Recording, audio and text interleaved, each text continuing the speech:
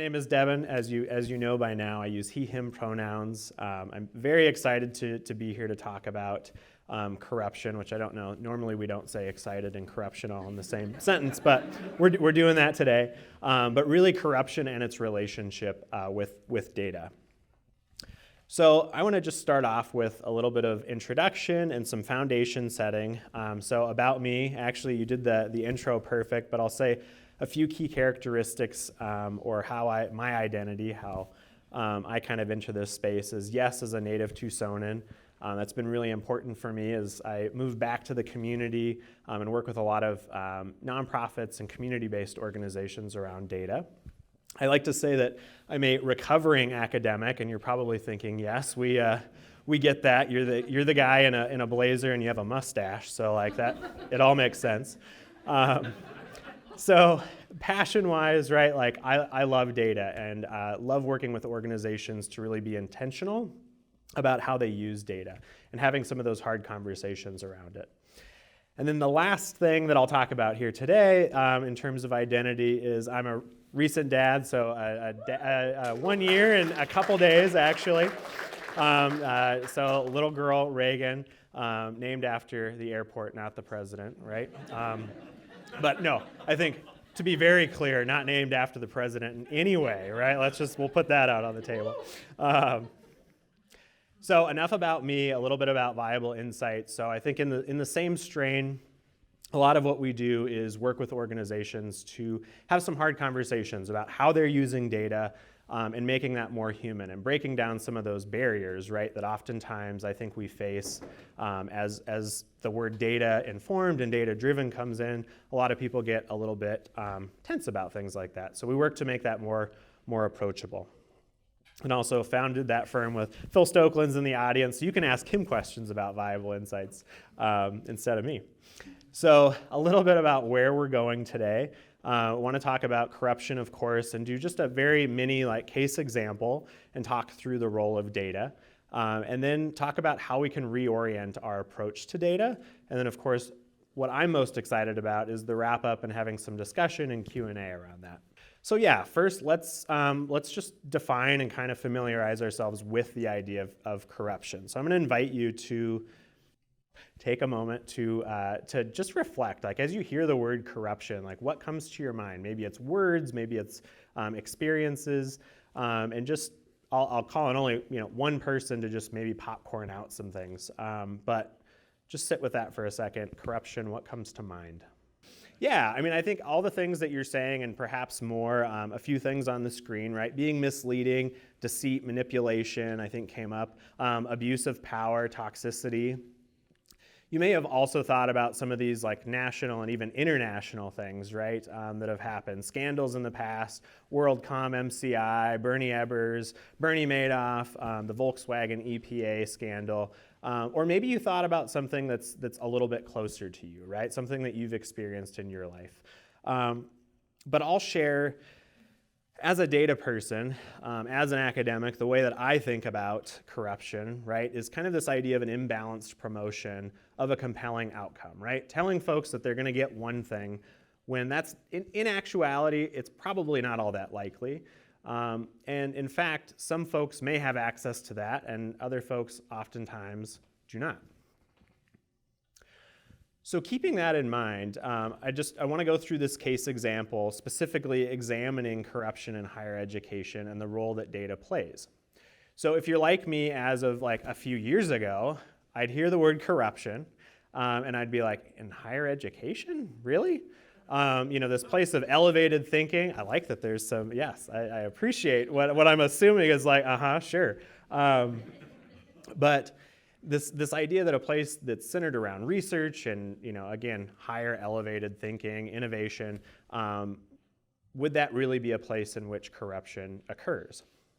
So here are just a few examples of for-profit higher education institutions where lawsuits were filed, reports were filed of abuse, misconduct, misleading folks, telling them they'd get one thing when in actuality they experienced something far different, right? And these are lawsuits that were actually won. So again, if you're like me, I'm thinking, all right, well, for profit, if it's going to happen, right, it's going to happen there. what about land grant institutions, public institutions, right? It certainly cannot be happening in those spaces. So what I did was I grabbed just a few screenshots from some of the recruiting and marketing sites, right, for public institutions. And here are some of the things that are being shared, right? Kind of along the same lines of things that are promising really compelling outcomes, right? A better life, low debt, right? As we're talking about the student debt epidemic that's happening, kind of countering those before folks are even asking that question. Promising folks, 6 months after graduation, you're going to have a job. Your life will be better after that, right? And these are all sources of data, right, that are being shared. This is in particular one of my favorite ones. So within 6 months, almost 100% of students have moved into a secondary degree or they've found a job. I mean, damn, like sign me up. And I gotta say, I did sign up. My first stint of grad school. This is, didn't compel me, right? But these are some of the things that are getting shared. So this last one that I'll point you to, and there are lots and lots of examples of this, right? We see folks citing, 10,000 plus first-gen students, right? So this is a place for everybody. Regardless of whether or not you have privilege, we're inviting you into this space. What I also really enjoy about this is they make a nod to top 20 in Greek life. Well, if you're not familiar with the research, Greek life actually works in opposition of a lot of land grant and public institutional missions, right? And on the note of top 20 in health services, in nearly every public higher education setting, we have students that go with unmet basic needs, including health, mental health, and food security, right? So interesting. So as we examine these sources of data, right, what this data is telling us is that in higher education, it's worth your time, and higher education is worth your time and monetary investment, right? It's intended for everyone, and it's cornerstone to your success, right? And actually disrupting your socioeconomic status. Those are the things that we're hearing on a regular basis. And I know it sounds like I'm hating on higher ed, but I drank the Kool-Aid, so, right? Like, let's not, forget that piece. So when we look at the flip side, what else does the data tell us? Well, the first is that we have a student debt crisis, right? There's 45 million people that owe over $1.7 trillion in student loans. It's the second biggest source of debt in the United States. Also, the Postgraduation Outlook is actually pretty bleak, right? About a third of recent college grads are working at jobs that didn't actually require a college education, right? So all that debt that's being carried around, not actually getting a job in that specific field. And perhaps this is kind of near and dear to some of you, right? I don't know. So then we also see that the majority of recent grads also had difficulty finding a job, right? Which is really interesting when we consider some of those statistics that are oftentimes touted, right?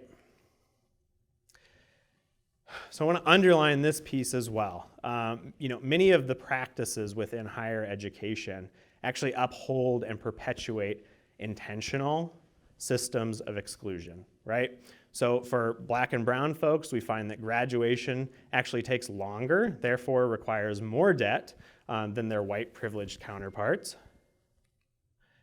And universities consciously spend more recruitment resources in affluent, predominantly white neighborhoods, because guess who's the easier student? Guess who gets us to those higher rates, right, of employment afterwards, or higher rates of pay? So obviously, I've truncated a whole bunch of data into just a couple slides, and we're talking about corruption. So I'm being transparent in how I've pulled some of these things together. But I do think that it's a good entry point to looking at how data can really be used to support and uphold corruption, as well as it can balance out and make us critically think about some of the practices that are in place. So before we talk more about reorienting ourselves to how we engage with data and how we do it a little bit more intentionally, there's a couple considerations about corruption that I want to leave you with. The first is that it can happen anywhere, right? So I'm picking on higher education right now because I'm pretty familiar with the space, and I'm still in the space. But this idea that it can happen anywhere, right? I think oftentimes we think of places that are explicitly toxic, right? We're seeing a lot in the news, excuse me. But this idea of what is status quo, right? I think deserves our examination. Where are places where we've just accepted that that's how things are, deserves our critical examination. The next is that data certainly plays a role, but it isn't at fault, right? Data is how we collect it, who designs the tools we use to do it, right? Those are all designed by human beings. And so without some intention on that side, right, data is only as good as whoever decides the methods they're going to use and what data eventually gets shared and how it gets shared. Corruption in general is a product of a larger system, right? A system that's rooted in white supremacy, a system that is inherently and intentionally designed to be exclusionary, right? So recognizing that I'm not necessarily saying folks who work in higher education are bad people, right? I think that they are incentivized by the system in which we're existing, right? Which also has roots in capitalism as well. And this again, going back to how all implications of corruption are not equal, right? I think that what we see is that implications vary by identity and community association, right? So folks who are systemically excluded are facing larger impacts, right, as a result of some of these practices. So rethinking our approach to data, right? I want to invite us into this space really for the purpose of challenging corruption, and being in service to liberation. So let's unpack that a little bit. From my perspective, in order to do something like that, we really have to imagine something that's possible beyond our current way of being, right? Our corrupt ways of being. So challenging the way that we've always done things. And when I think about reimagination, what comes to my mind is creativity. Because if I'm thinking back, knowing that data plays an important role in propping up and dismantling corruption, right, then what I'm called to do is really think about, regardless of whether I'm a creator, user, or consumer of data, I really need to change the way I'm engaging with data if I expect there to be some different kind of end result. So when I think about our practices and the work that we do at Viable Insights and working with higher education institutions, right, I think about those aspects, and I popped in creative process into Google, and a lot of what I was seeing are things that we've found to be really integral and crucial to disrupting and challenging some of those ways that data has typically been approached and engaged with. Things like collaboration, things like it being an iterative process as opposed to kind of this something with such finality, being reflective, being done really in community, and of course applying critical thinking as we're going through that. And I'll also say that, as a data person, I do still love a really good process. So like that, I'm just like, yeah, that's my jam. But recognizing that we really have to break out of, some of those processes and recognize the humanness, right? We have to embrace the humanness that needs to be there and is missing from data. So when I think about our practices and being intentional about bringing the creative process and data together, what I think is that it really has the opportunity to cultivate this level of humility and this level of humanness, right? So I don't know about you, but for a long time, data was very much it was very comfortable for me because it was this objective, not biased. I could feel really confident in this thing. And in reality, right, if you've got someone that's telling you there's no bias and their data is objective, that's scarier than the person that's willing to bring their identity to that kind of work. So I think that creativity really embraces and encourages that. And then this idea that data is, should be done with and for community as opposed to done to communities. So we see this a lot in our work oftentimes when we're taking over projects for folks, is people feel as if data is being extracted from them and done to them, as opposed to something that's done in collaboration. And again, kind of going back to that idea of humility and humanness is just accepting the imperfection, right? Like, again, data is created by people. It's typically about human beings. And so this acceptance of imperfection and being able to be really iterative in that process is just, it's really important. And I think, as with anything, is bringing some intention to our work, right? So engaging in processes that are really rooted in our why for doing things and getting to know that, even when that thing maybe doesn't feel so good. But bringing that into question, right? Also thinking back to systems of corruption, the opportunity to then challenge some of those practices is just all the more great. And along the same lines, so as we think about corruption and one of the biggest indicators of that, it's oftentimes a lack of transparency. And I'll say that especially in the field of data and just in general in our society, right? I think when capitalism is so prevalent, what we see is just this motivation, right? Being compelled to hold things really close to our chests, right? We don't want to share things. We want to maintain our competitive advantage. But the value that is created by being transparent in those processes and by including people in those conversations, I think too often that's not talked about. So I'm challenging data people to think about how to be more inclusive in their practices. So if you haven't read Weapons of Math Destruction, every time it trips me up. That's right. It's like growing up with George Bush on TV apparently is just really done it to me. That's right, all of us. So Dr. Kathy O'Neill, they've got this is a great book. It's very approachable even if you're like not super into data. But they talk about big data processes codifying the past. They do not invent the future, right? And that doing that requires moral imagination, so that creative approach, and that it's something that only humans can provide. So bringing humans back into, like in this stage as we're talking about being data-informed, data-driven, we're hearing like AI all the time. Like, who's already sick of hearing about ChatGPT? Like, yep, me. And it's cool, right? It's cool technology. But how do we add the human element back into these things? Because we've gotten very distanced from that as we've, talked these things up so much. So I guess if I'm to leave you with something that feels really practical, regardless of where you're at, whether or not you're creating and generating data or you're using data, or you're in the space of consuming data, because, right, we're all consuming data. I want to draw your attention to critical thinking, right? And not being a smart ass when I say, like, be a critical thinker. But I think this is a really important element, and I like this quote by John Coleman, who says, "At the heart of critical thinking is the ability to formulate deep, different, and really effective questions," right? So what I want to leave you with is this idea of, yes, apply critical thinking, but apply it in the way of just getting curious and asking really good questions. So some of the questions, regardless of where I'm falling in that engagement with data that I ask, right, is what is my own lens as I create, use, or consume data, right? So getting to know my positionality.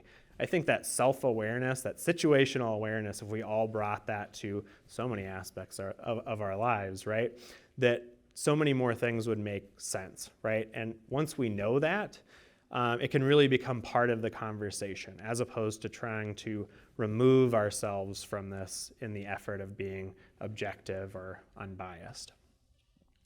So the next is, like, where did the data come from, right? Who collected it? Why did they collect it? How is the data collected and why? Was it done because that was the most efficient way? It was the most cost effective? It was the only way someone knew how, right? It's not about feeling bad, but it's really understanding that ecosystem in which that data exists and was collected and eventually gets used. And then this really important one, I mean, I think they're all important, right? But what perspectives are missing? Again, going back to this idea of data being done to communities and to people, is oftentimes we're doing a lot of talking about folks that aren't even there co-creating developing and don't have a voice there, right? And especially, as certainly as a white privileged guy, I see that a lot. Then thinking about when the data is shared, right? And I think this might be the first thing people think about when they're like creativity and data, right? Is how is that then shared? And marketing material, or in our space, is oftentimes talked about data visualization and reporting. We do a lot of that. But how then, once it's been collected and you've got insights, how can you humanize that, right? How can you have conversation around that? And then the final one that at least I'm sharing, I'm sure that you have more, what implication will there be as a result of this data? Because anytime that we collect data, anytime that we use data to make decisions, we're changing something. There are positive effects of that, and there are adverse effects, right? And so being conscious of what kind of ripple effects we're causing is important, and I think our responsibility. So the too long don't read, right, is the way we collect, interact with, and interpret data should be a creative and critical process, right? So a little misleading, I think, in my description of this session was, can data be creative? It's like, absolutely, it can. It should be creative, and we should be intentionally making the decision to engage with it in a very human, creative, reimaginative way. So moving into the wrap-up, and the part that I'm especially excited for is just having some conversation and discussion around this. This QR code is up there, and certainly you can get in touch with me, and all the resources, because again, recovering academic, all the sources and things like that are not on the slide. I think it made it into one slide, but not in the slides for the most part. So you can access those along with links to some of the readings and things like that, if you're into that. And then lastly, because I'm a data person, I would love just your feedback, because I think that these conversations, right, are just so important, especially from the perspective of someone who loves data, is inspired by data. So I would welcome all of your insights there. So thank you.